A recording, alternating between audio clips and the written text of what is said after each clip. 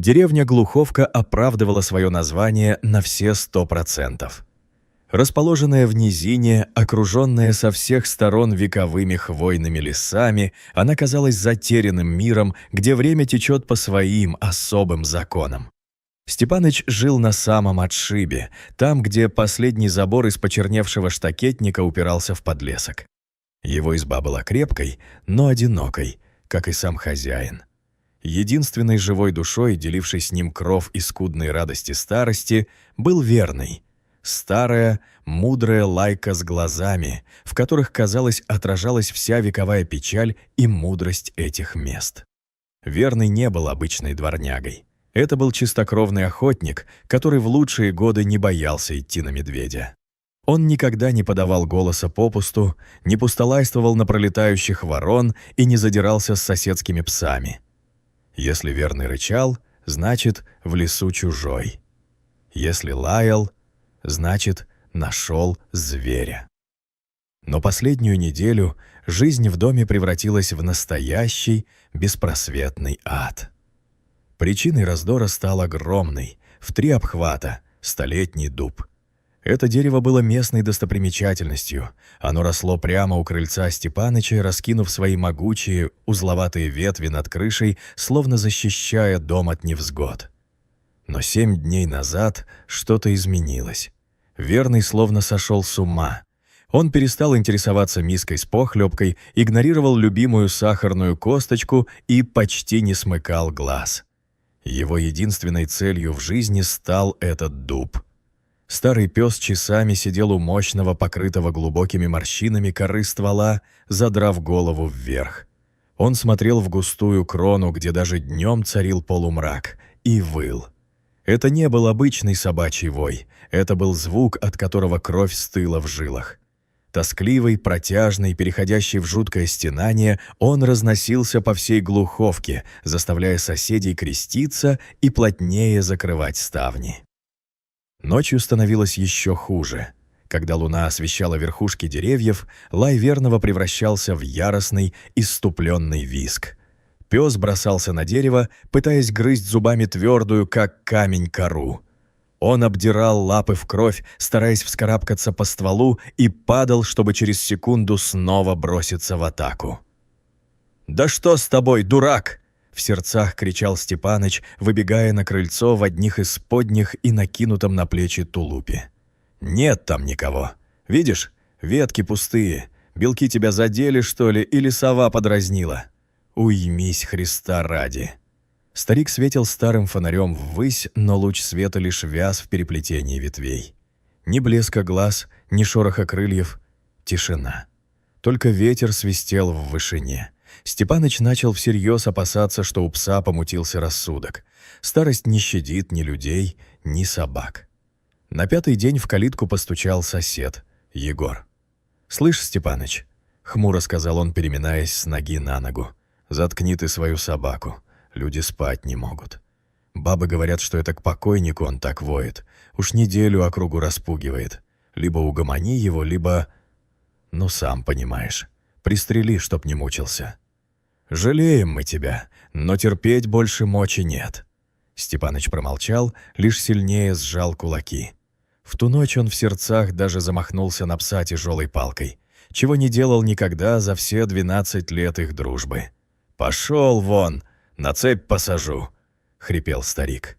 Верный лишь виновато прижал уши, его хвост покорно опустился, но пес не ушел. Он отступил на шаг, посмотрел на хозяина взглядом, полным мольбы и какой-то нечеловеческой тревоги, а затем снова завыл, глядя на темное дупло, скрытое высоко в сплетении ветвей. В этом взгляде была такая уверенность в своей правоте, что Степаныча пробрал озноб. К 7-й ночи старик был на грани нервного срыва.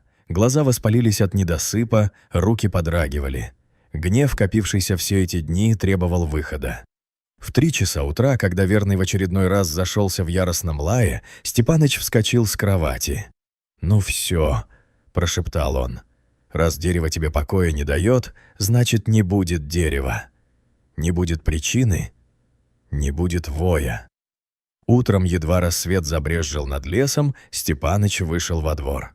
В руках он держал старую бензопилу «Дружба», надежный тяжелый агрегат, доставшийся ему еще с советских времен.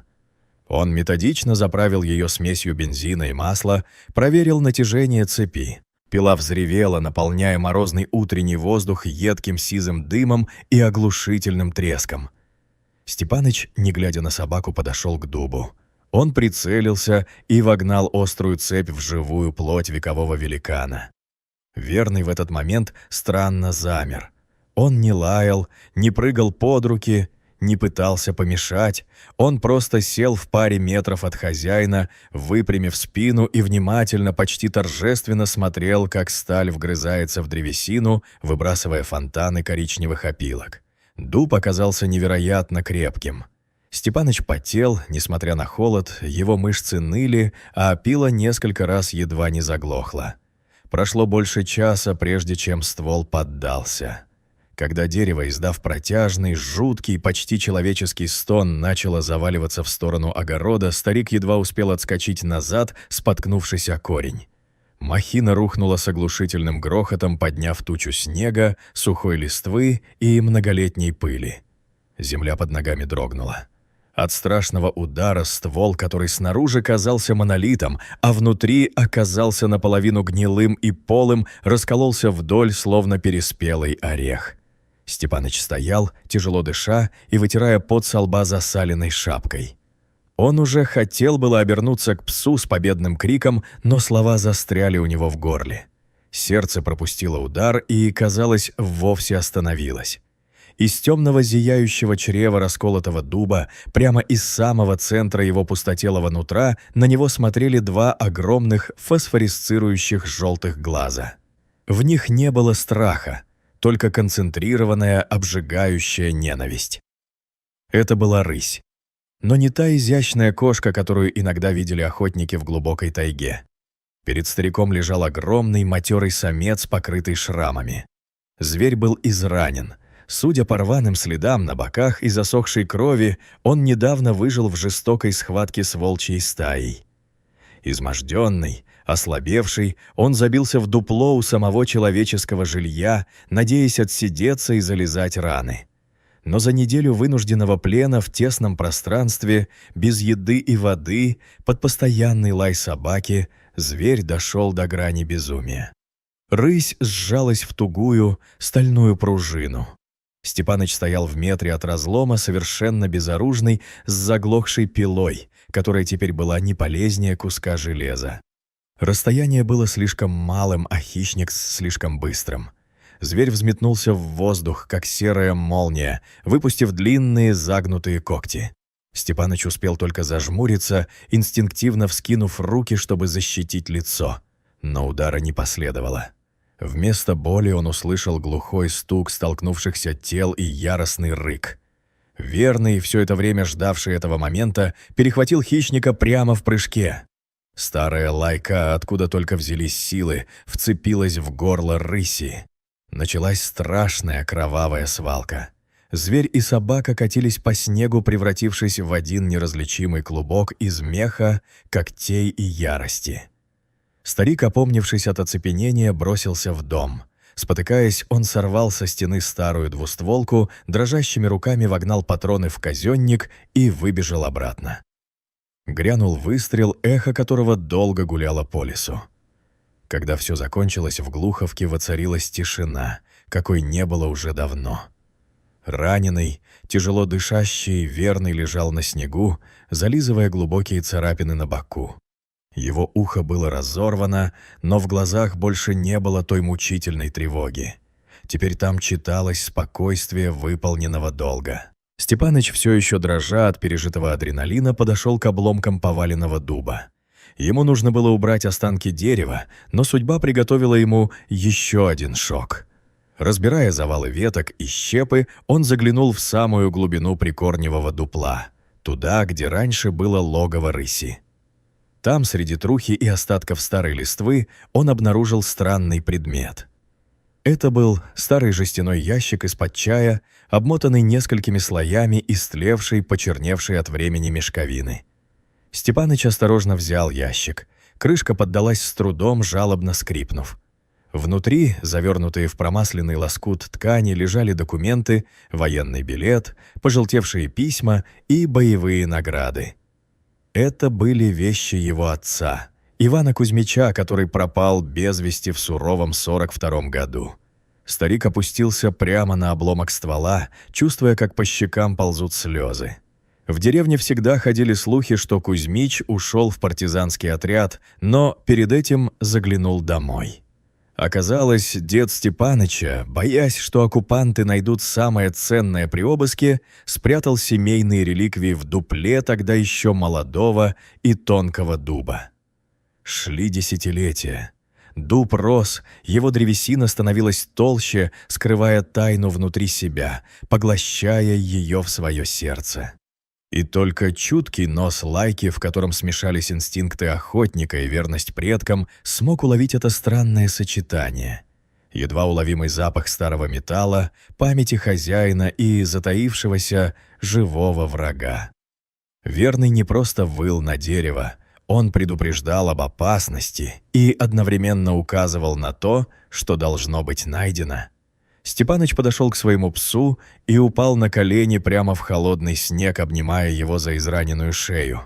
«Прости меня, брат», — шептал он, зарываясь лицом в жесткую шерсть Лайки.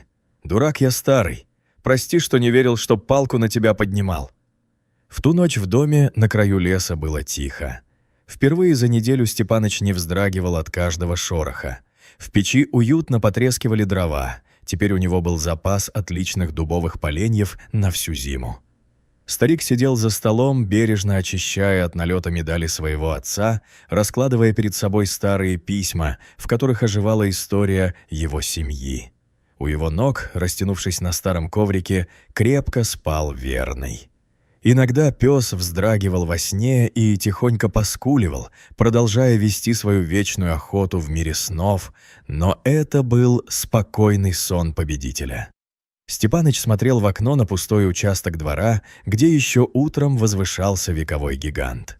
Теперь он знал одну истину, которую передаст своим внукам, если те когда-нибудь заглянут в эту глушь, если собака воет на пустоту, не спеши ругаться.